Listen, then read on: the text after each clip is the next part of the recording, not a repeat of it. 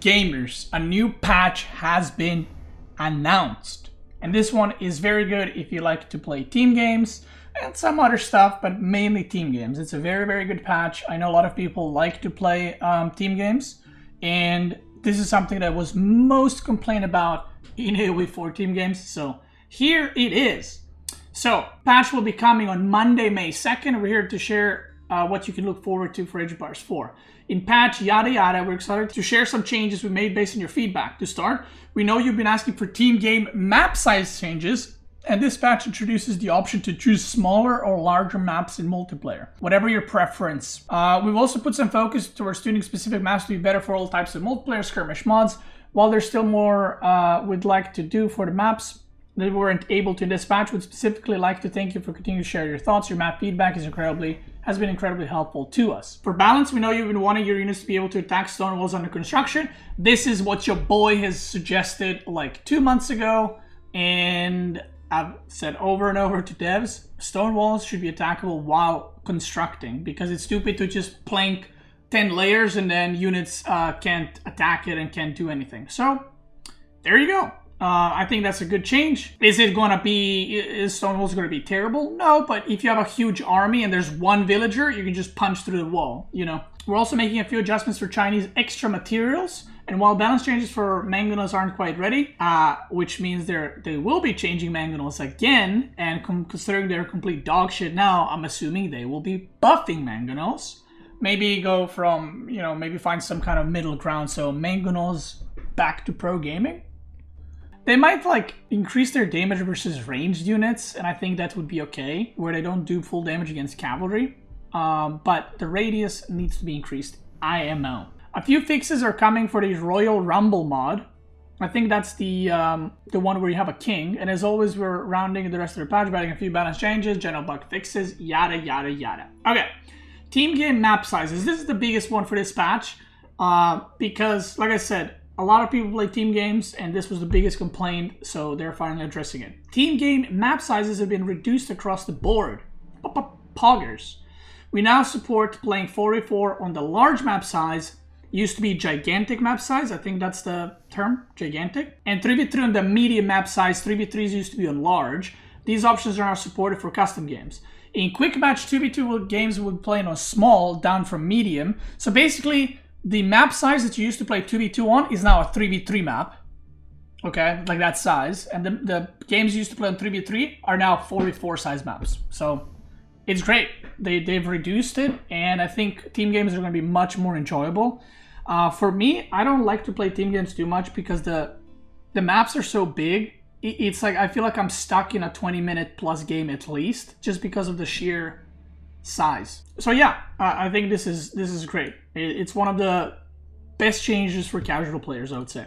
Gigantic maps are still available for custom games. Please continue to give us feedback. So yeah, they're not removing gigantic. You can play it in custom, but you know, specific maps. Altai. So they've also made some changes for the maps. The amount of trees in Altai has been increased, and that's good because Altai is the map. I'm pretty sure you run out of trees the fastest out of any map in the game. Like, it's very noticeable, and sometimes there's like no trees in the middle. It's just the 2 starting trees for each player.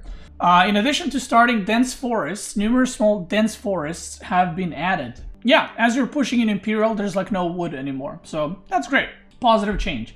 Mountain Pass. Trade posts and Mountain Pass have been moved to spawn halfway between the corner of the map and wherever the mountain range hits. Sometimes what would happen is the trade wouldn't spawn because it would be too close to the hill, to the cliff, and the cliff would basically block it and it wouldn't spawn at all. So then the one player wouldn't have trade.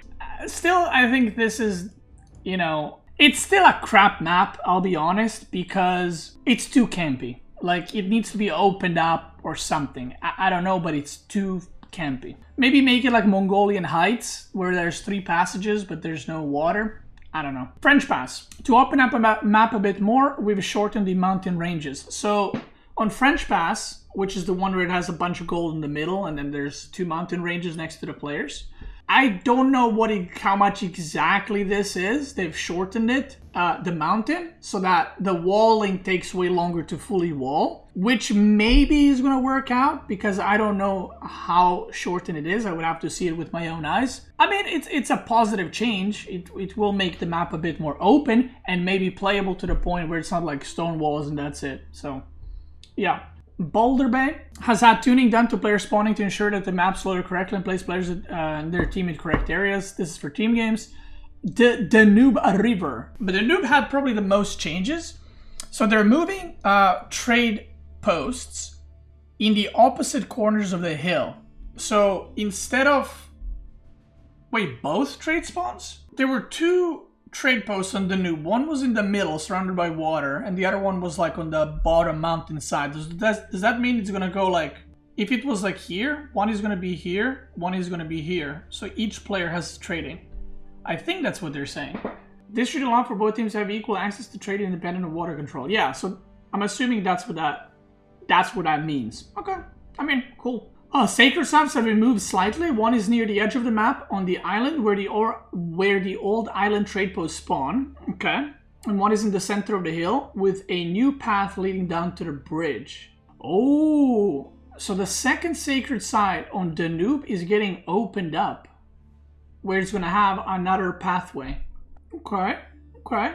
2 boars have been added to the center of the island to maintain. Oof, that's OP for Rus as hell. 2 boar super close to each other. Yikes. In all seriousness, I think the Danube River is probably one of the maps I would like to see back in the map pool, in the ladder map pool and tournament map pool, because I think it's a good map. I think it's a decent map, and honestly, I would probably prefer to get King of the Hill out, unless they fix King of the Hill by adding 2 more sacred sites, because right now, I mean, I've done it, I've abused it, other people have abused it. Right now, King of the Hill is basically a Russian castle and putting down a keep on the middle and trebuchet siege. Which is fun, right, if there were more strategies, but that's kind of the best strategy and there's nothing else you can do on that map. So it leads to very one-dimensional plays.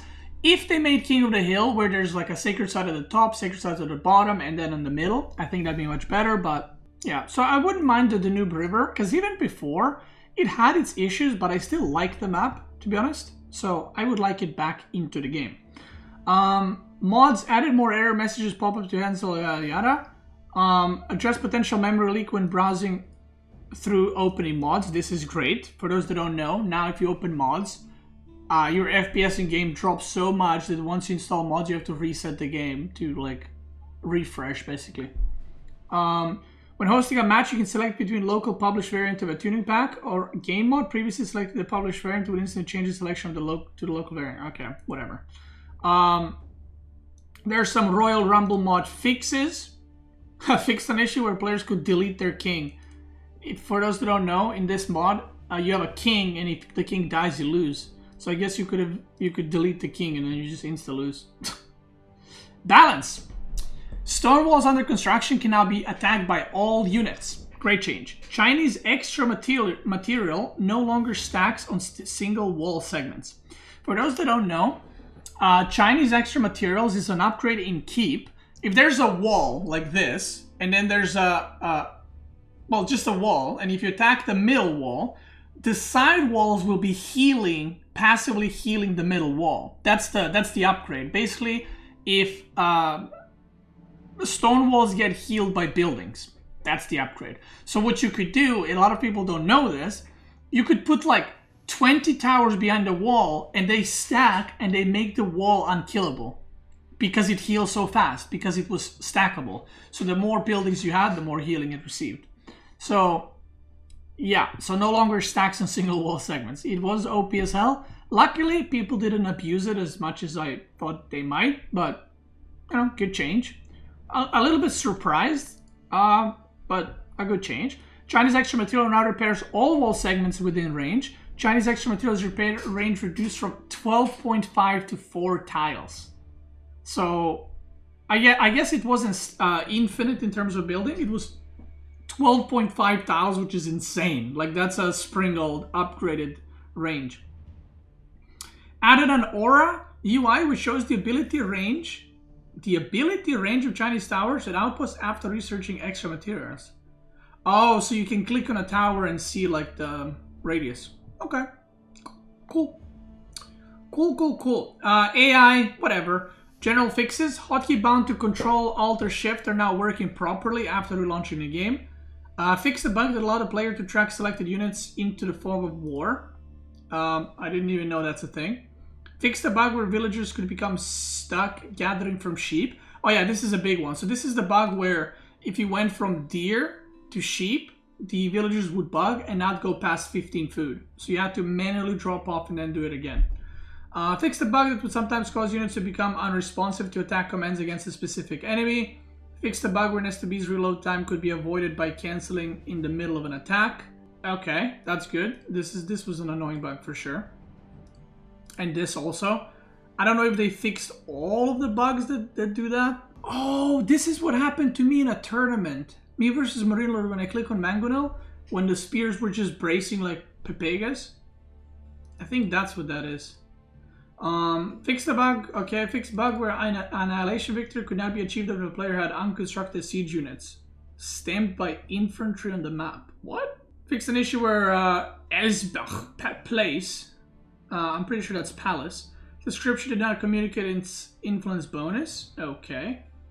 Fixed an issue where the Delhi Sultan and military construction master could not be completed despite... Okay, whatever. What's next? We've got some new challenges and rewards coming your way soon, so keep an eye out for more information about Season 1 Event 2. Oh, Season 1 Event 2, second event. Sounds of Reverie. We've also got a survey coming, yada yada, we're looking at yada yada, yada yada, yada yada. Okay, cool. That is cool. And then there's a community roadmap.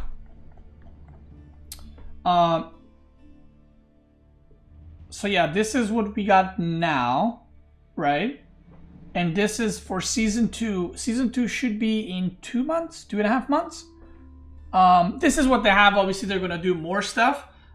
Fully remappable hotkeys, player color picker. Can't wait for that. That is my favorite change. Map vote system. I'm assuming that's veto system. And selection improvements, which I don't know what that means. But yeah.